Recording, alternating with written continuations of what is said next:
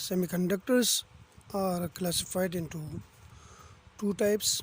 One is intrinsic semiconductor and the other one is extrinsic semiconductor. Intrinsic semiconductor is a pure semiconductor.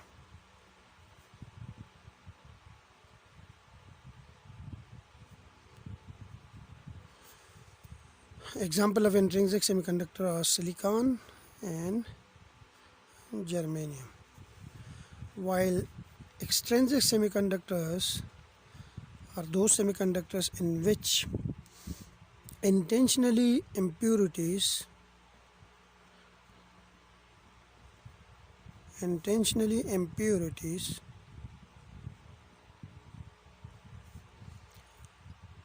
are added or is added for making it more conductive,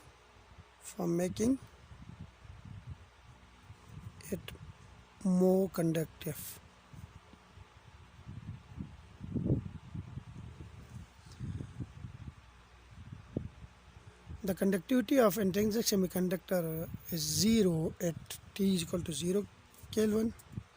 Like at T is equal to 0 Kelvin, the conductivity is 0. While here at T is equal to 0 Kelvin, the conductivity is the semiconductor, the extrinsic semiconductor is a little bit conductive, and its conductivity is not 0. So here I will discuss intrinsic semiconductor.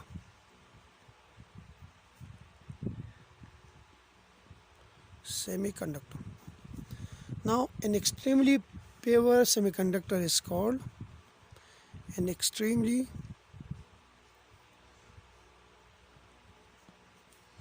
pure semiconductor is called intrinsic semiconductor. Now we have two ways to understand or discuss intrinsic semiconductor. One is band model and the other one is bond model.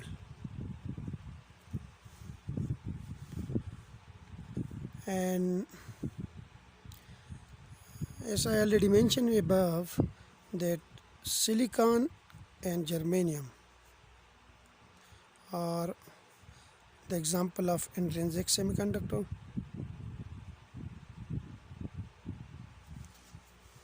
So in order to discuss the phenomena of intrinsic semiconductor, we will use two ways. One is band model and the other one is bond model. Now first I will discuss the band model. I will move discussing both band model and bond model. As we already mentioned in the energy band diagram of semiconductors, that I can say that silicon is an example of intrinsic semiconductor, and its atomic number is 14. So if I distribute the electron in different shells, then the electron distribution is like this: 1s2, 2s2, 2p6, 3s2 and 3p2. So 2 to 4, 6, 10, 12, 14. So it means that the outermost shell of the silicon atom contain only 4 electrons. At the valence shell, in the valence shell there are only 4 electrons. Now each silicon atom has 4 electrons in the valence shell.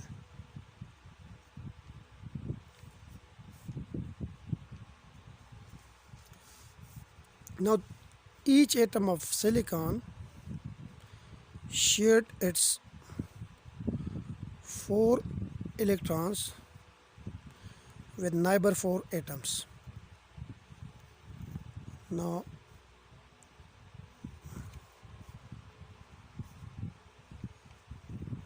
Suppose we have 4 neighbor silicon atoms and we have a central silicon atoms which I plot here.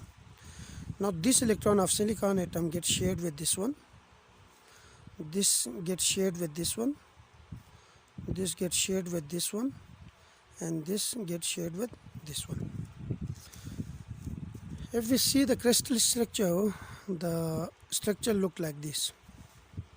Suppose we have a silicon atom. This is a silicon atom, this is another silicon atom, and this is another silicon atom, and this is another silicon atom. And the atoms are arranged periodically. So the structure look like this.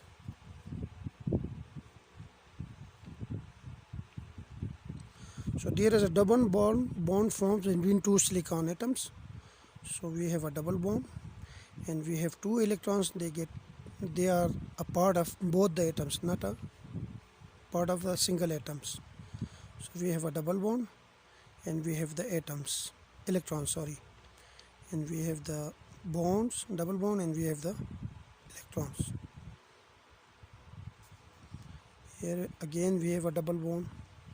Here again a double bond, a double bond, a double bond. So a double bond is formed between these two atoms also. A double bond is formed between these two atoms also.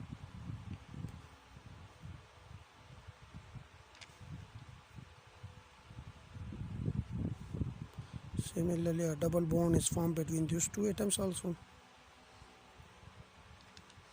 And we have electrons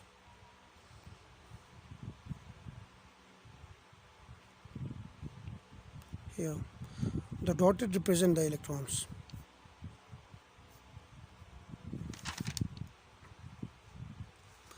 And this is the crystal structure, and the band structure is look like this.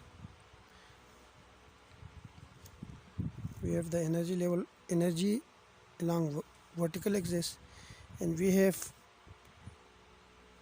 two bands. One is called conduction band and the other one is called valence band. This is valence band and this is conduction band. Now when temperature T is equal to 0 Kelvin, then these electrons are tightly bound to the respective silicon atoms, so they are not free to move. So it means that the electrons are always in the 4n energy level. Like we have totally 8 energy levels in a silicon crystal. Total number of energy levels are 8n. Among these 8n energy levels, 4n energy levels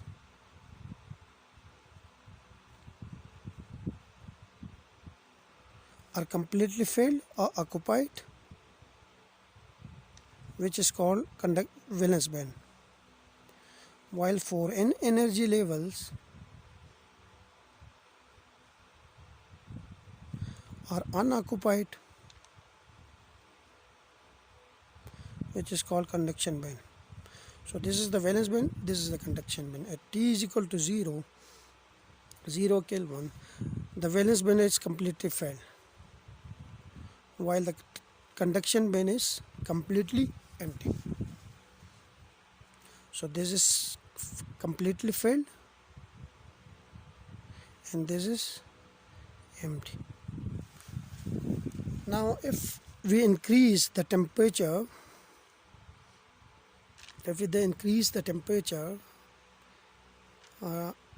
if T is increased, what will happen?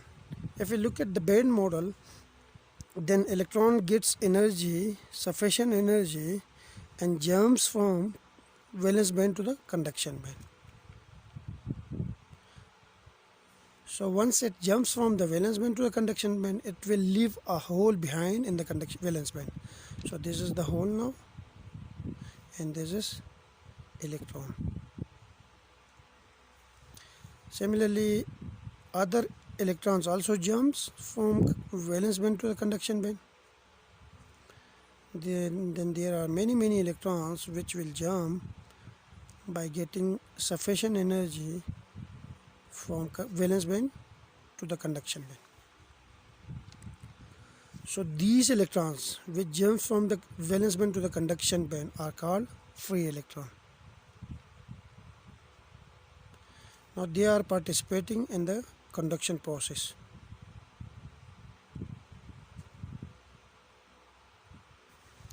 The hole in the valence band are also free to move, and they are also participating in the conduction process.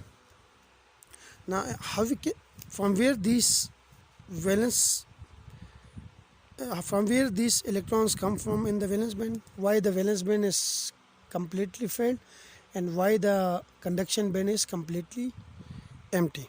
To answer all these questions, we will consider this is the band model,